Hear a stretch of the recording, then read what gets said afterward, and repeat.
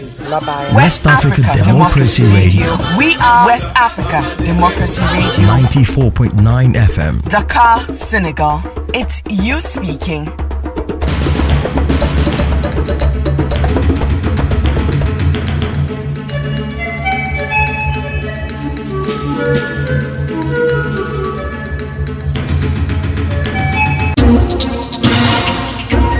WADR,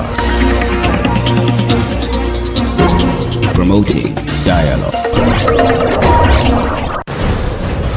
It's May Day in Dakar, 1 p.m. in Praia. Good afternoon and many thanks for staying tuned to West Africa Democracy Radio, broadcasting on 94.9 FM and around the world on wadr.org.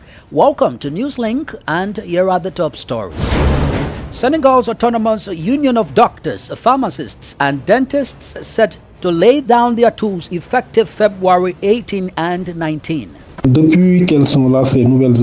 the new authorities took office, there has been little to no significant progress. Our only meeting with the ministers was merely an introductory session. Police in Nigeria's Kano state arrested several suspects linked to a potential terrorist group. In Côte d'Ivoire, political mobilization intensifies as presidential election approaches.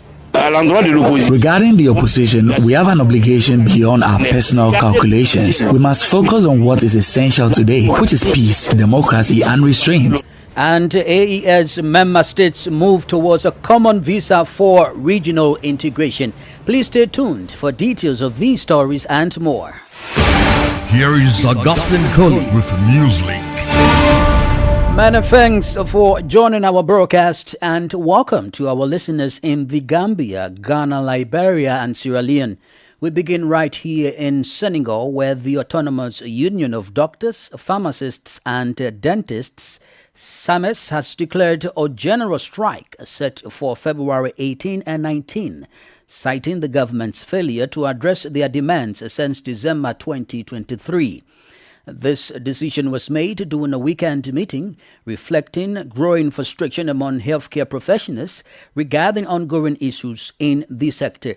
SAMES represents the nation's physicians and is advocating for urgent reforms to improve working conditions and to healthcare services amid a backdrop of rising tensions in the country. HRTC reports. The Autonomous Union of Doctors, Pharmacists and Dentists, SAMES, intends to pressure the new authorities into addressing all its demands. The organization, which unites all the country's doctors, is calling for the recruitment of unemployed, community and contract health professionals. Additionally, SAMES demands the construction of level 2 hospitals in every department to improve access to healthcare, as well as the accelerated implementation of universal health coverage. The union is also seeking an increase in the retirement pensions for doctors, pharmacists, and dentists, along with the correction of the inequalities and injustices in the current indemnity schemes. According to the National Deputy Secretary General of SAMES, Dr. Diamel Dramé, the current regime has been unresponsive to their demands, which date back to 2023. Since the new authorities took office, there has been little to no significant progress. Our only meeting with the ministers was merely an introductory session, during which we outlined our key demands and presented a supporting document. Aside from promises of committee discussions announced by the Minister of Public Service, no concrete action has been taken. SAMES assures that the general strike on February 18 and 19 will be observed with a minimum level of emergency services maintained. HRTC with the details of Mamadou Ramata Jalot's report. Police in Nigeria's northwestern state of Kano have arrested several suspects linked to a potential terrorist group following a crucial intelligence report. Among those apprehended are the 3 associates of a notorious terrorist kingpin, Haman Adam Abba, a Chadian national believed to have masterminded the brutal killings of 17 individuals in Chad.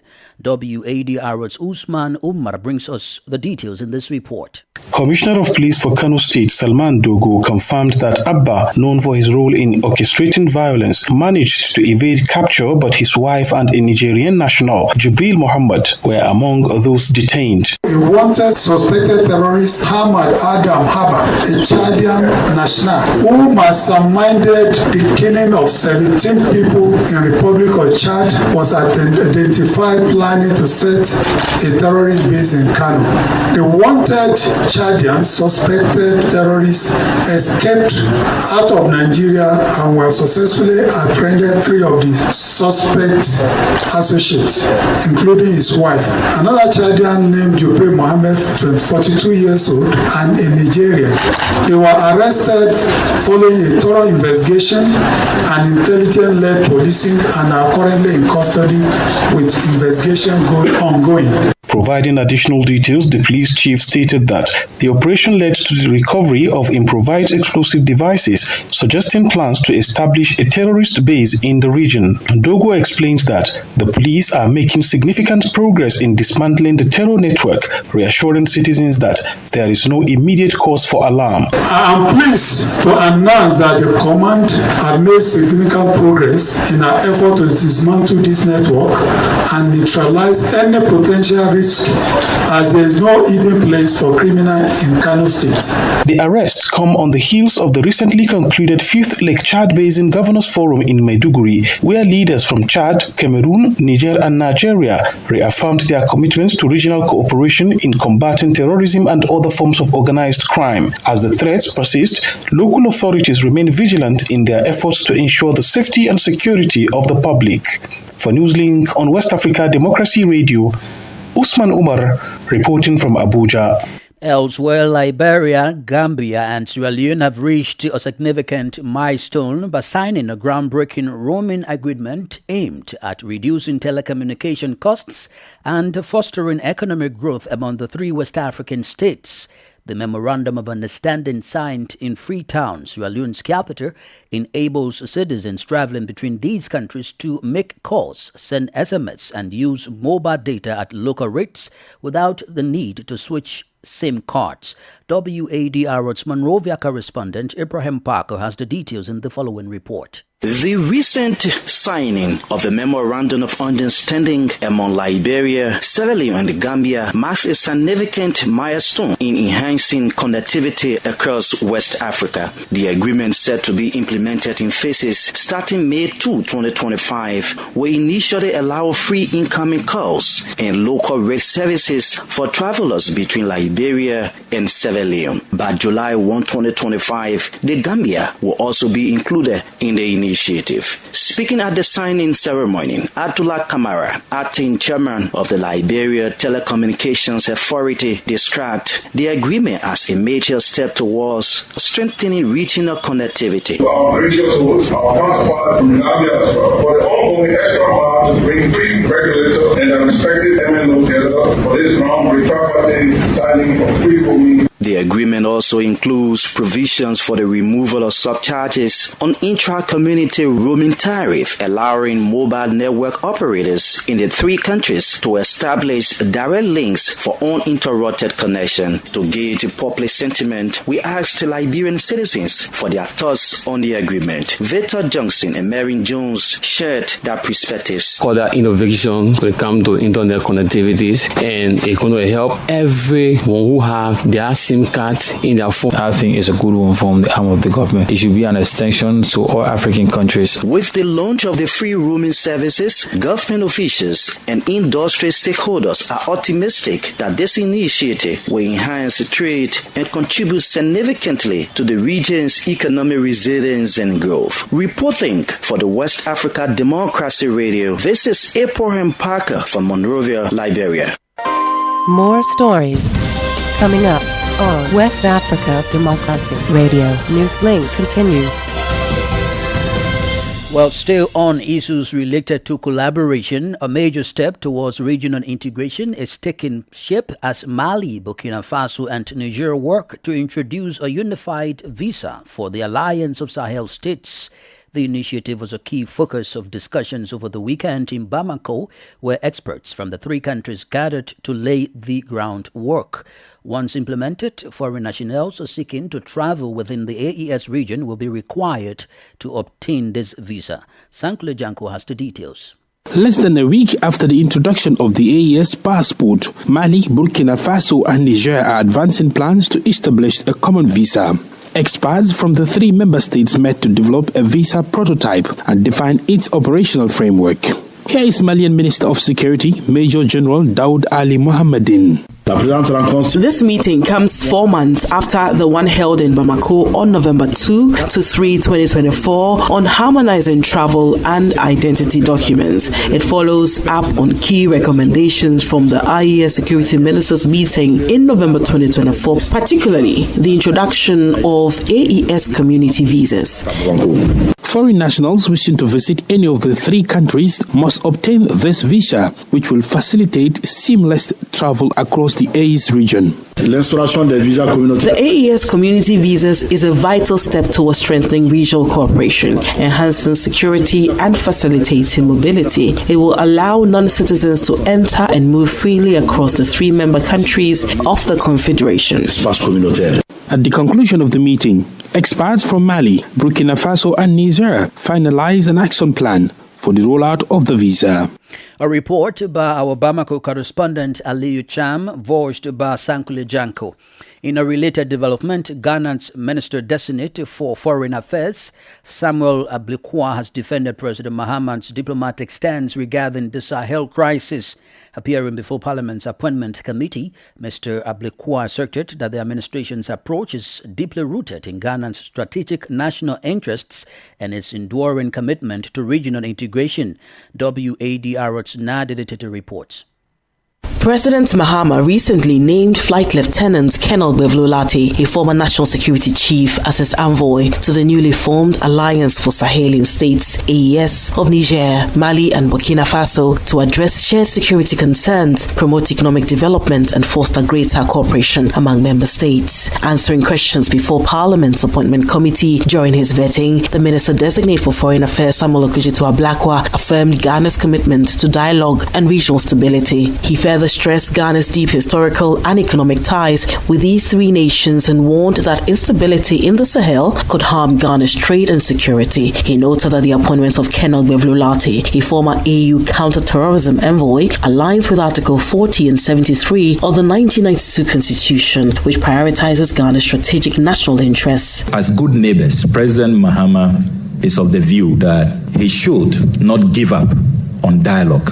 If you have your neighbors who are being totally taken over with extremism, terrorism, and indeed all our neighbors have been attacked except Ghana. And we know that if situation gets out of hand, the economic crisis also worsen, we will be affected. We are trading partners as well, and we have historic ancestral ties. So it is very strategic for President Mahama to say that I want to help resolve this Sahelian crisis. And that is why he appointed the respected venerable Flight Lieutenant Colonel Bevlolate.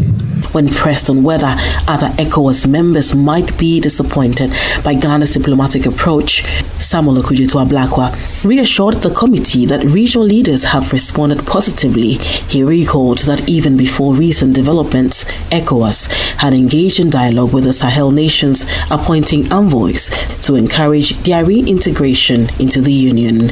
For WADR, Nadeditete, Accra. Crossing over to Cote d'Ivoire with just 8 months ahead of the presidential election, political rallies and grassroots engagements are increasingly prominent in the country.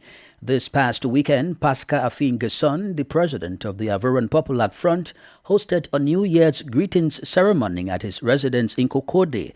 During the event, Affin's son seized the opportunity to call for opposition unity against the possible candidacy of President Alassane Ouattara. Imo Edit reports. In his address to supporters, Pascal Affin's specifically reached out to former President Laurent Gbagbo, urging him to prioritize the unity of the opposition, much like the late President Henry Konan Bedie did in 2020 to oppose Alassane Ouattara's bid for a third term. Regarding the opposition, we have an obligation beyond our personal calculations. We must focus on what is essential today, which is peace, democracy, and restraint. The key message today with regard to the 2025 electoral deadline is that we must all mobilize within political parties and among government authorities to ensure peaceful elections. Affin's expressed concern over personal political interests that have hindered the opposition's ability to present a unified front against President Ouattara. Regarding the political dialogue that the opposition has requested, Affin's remains hopeful, stating that it is not too late to initiate discussions ahead of the upcoming elections. However, when addressing the potential candidacy of President Ouattara, Affin's firmly expresses disapproval, citing a rising sense of unease among the population. He called for President Ouattara to, and I quote, live our political life with dignity and his head held high, end of quote. Abidjan correspondent Albin Adid's report, voiced by Imo Edit. You are listening to Newslink on West Africa Democracy Radio, broadcasting from Dakar, Senegal. Here is a reminder of our top stories. Senegal's Autonomous Union of Doctors, Pharmacists and Dentists set to lay down their tools effective February 18 and 19. Police in Nigeria's Kano State arrest several suspects linked to a potential terrorist group. In Cote d'Ivoire, political mobilization intensifies as presidential election approaches, and AES member states move towards a common visa for regional integration. Still ahead, we also have a press review, guest interview, and sports news. Please stay with us. Fresh and breaking news all the time. Hear it first as the news breaks, only on West Africa Democracy Radio. Newslink continues. Madam, thanks for sticking with us. As a reminder, we are streaming live on YouTube at WADR News and on Facebook, WADR English Service. Let's turn our attention to Chad, where the French army officially withdrew from the country last Friday. The last military base, previously managed by Sergeant Adji Kossié in N'Djamena, was handed over to the Chadian army on Thursday, January 30, 2025. In his speech, the president of Chad, Marshal Idriss Déby Itno, emphasized that cooperation between N'Djamena and Paris remains strong despite the departure of French forces. However, this raises questions about the future nature of relations between the two countries. Dr. Everest Toldi is a Chadian political analyst and specialist in security issues. He speaks about the situation. Even when the French army was in the country, Chad launched Operation Seconde. The French soldiers were left with tears in their eyes. So, Chad does not want to reorganize, perhaps because they were failures in terms of intelligence and in terms of systems, which allowed Boko Haram to strike the Israeli army base in Lake Chad. But, with or without France, Chad has already taken steps to fight Boko Haram, particularly with other member countries. I will mention Niger, Cameroon and Nigeria. You do not need the French presence, which did not even intervene when Chad launched an offensive against Boko Haram a few months ago. You know, we cannot indefinitely reject the institutions. There is a time to protest, and there is also a time to pull ourselves together. From the moment we live in a country, these are realities that are imposed on everyone. But for my heart, I believe that it's time for Chadian women to return to a better solutions to try to manage together this country, which is a common goal for all Chadian women. Dr. Evarist Tolde is a Chadian political analyst. This is the newspaper review. Stay abreast and find out what the top stories are in your country. This is the newspaper review. The newspaper review. We head back to Nigeria's capital, Abuja, where Usman Umar is on standby with the press review. We begin the day with the Daily Trust newspaper, and Daily Trust is leading with this story. Federal government plans fresh electricity tariff hike. Consumers react is the rider following this story. And above that particular headline, you have 30 dead, 2 injured in Ondo auto crash. And then another story, still from the front page of the Daily Trust newspaper, Nigeria Labour Congress nationwide strike against telecommunication companies tariff hike and error. This is coming from the stakeholders. We quickly move to the Leadership newspaper that's leading with this story. Trump trade war. Nigeria, others risk imported inflation. This is according to experts on page 4 of the Leadership newspaper. And quickly we move to the Blueprint newspaper that is leading with this story. Presidency to Nigerians on 2027. Ignore opposition spreading ill will against Tinubu. With riders, Atiku, Obi, Kwankwaso, others should drop presidential ambition. This is coming from a stalwart of the All Progressives Congress, Mr. Lukman, says they may be worse leaders. This is an additional rider to this story. And very quickly, Vanguard newspaper is our next stop that is leading with this story. Subsidy removal. Oil marketers expand borrowings by 76.5% to 3.0 trillion naira. Profit up to 49.9% to 420.9 billion naira. Those are some development from the oil sector. We move quickly to the Nigerian Tribune newspaper, which is going to be our last paper for consideration today. 2027, Northern leaders, coalition proponents write off PDP. This is on page 22 with riders, ex-military leaders, other stakeholders endorse coalition. Proponents may announce new platform late February. And this is the much we have for you on this segment of the press review as I hand you back to the studios. Thank you, Usman Umar, for the press review. Politics, analysis on major news, social matters, and all. This is a guest. This segment of Newslink takes us to Chad, where the French army officially withdrew from the country last Friday. The last military base, previously managed by Sergeant Aji Kossi in N'Djamena, was handed over to the Chadian army on Thursday, January 30, 2025. In his speech, the president of Chad, Idriss Déby Itno, emphasized that cooperation between N'Djamena and Paris remains strong despite the departure of French forces. However, this raises questions about the future nature of relations between the two states.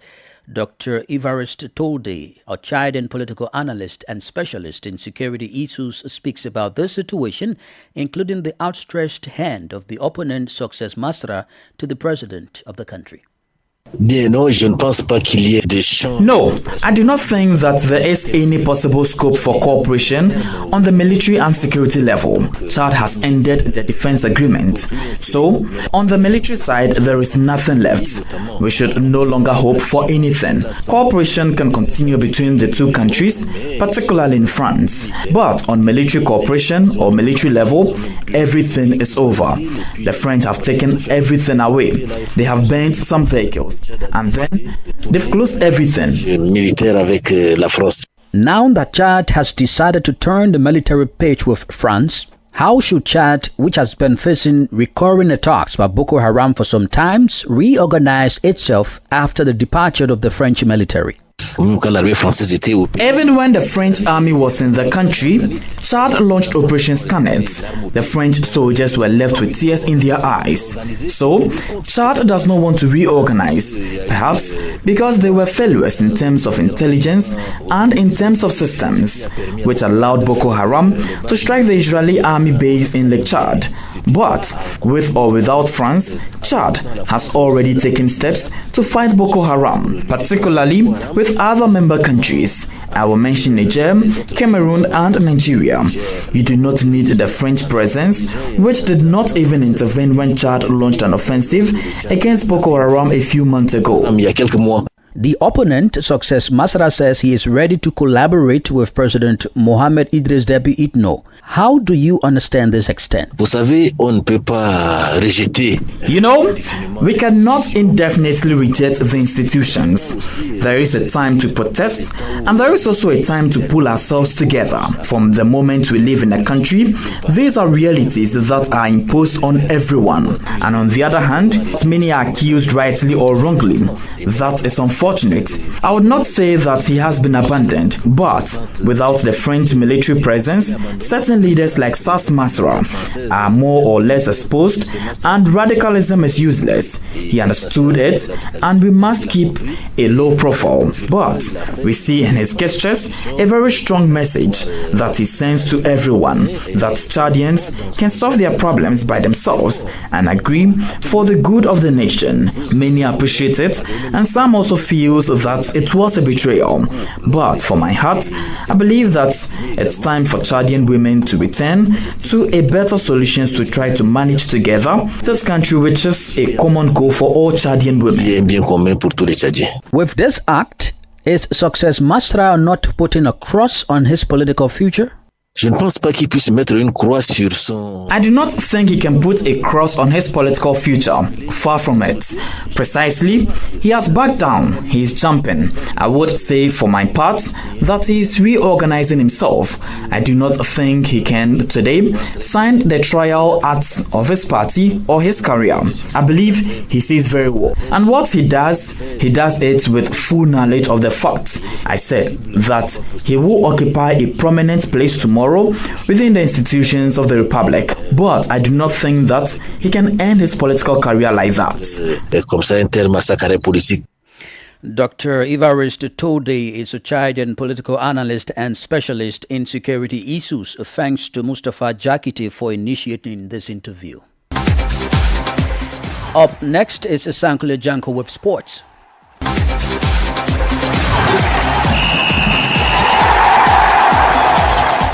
Hello out there, a warm welcome and thank you for joining us. The Ghana Football Association strongly condemns the acts of violence and lawlessness that marked the Ghana Football Premier League match between Kumasi Asante Kotoko and Strawman FC on 2nd February 2025. During a football game, the tragic events resulted in the loss of life, several injuries, and the destruction of property, an unacceptable blemish on the integrity of the game, the Football Association says.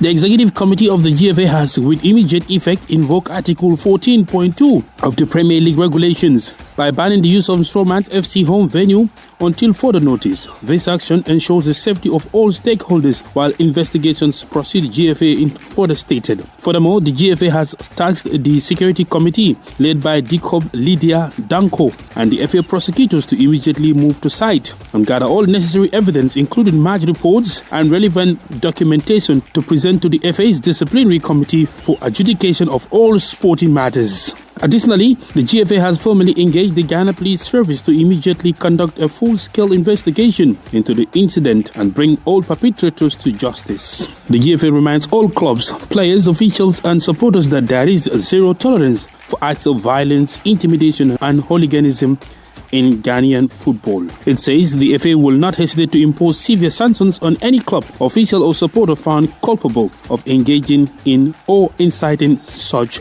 behavior. And that's it for sports. It's back to you. We've come to the end of this edition of Newslink on West Africa Democracy Radio, broadcasting from Dakar, Senegal. Thank you for listening, and many thanks to Mustafa Sek and Sheikh Njai for the technical support. Do interact with us via our social media platforms, X, formerly Twitter, Instagram at WADR News, and on Facebook, WADR English Service.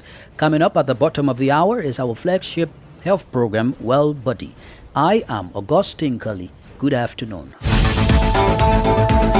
And many thanks to you for listening to Newslink via Hot 104.3 FM, New Me FM 94.0, Hilltop Radio 104.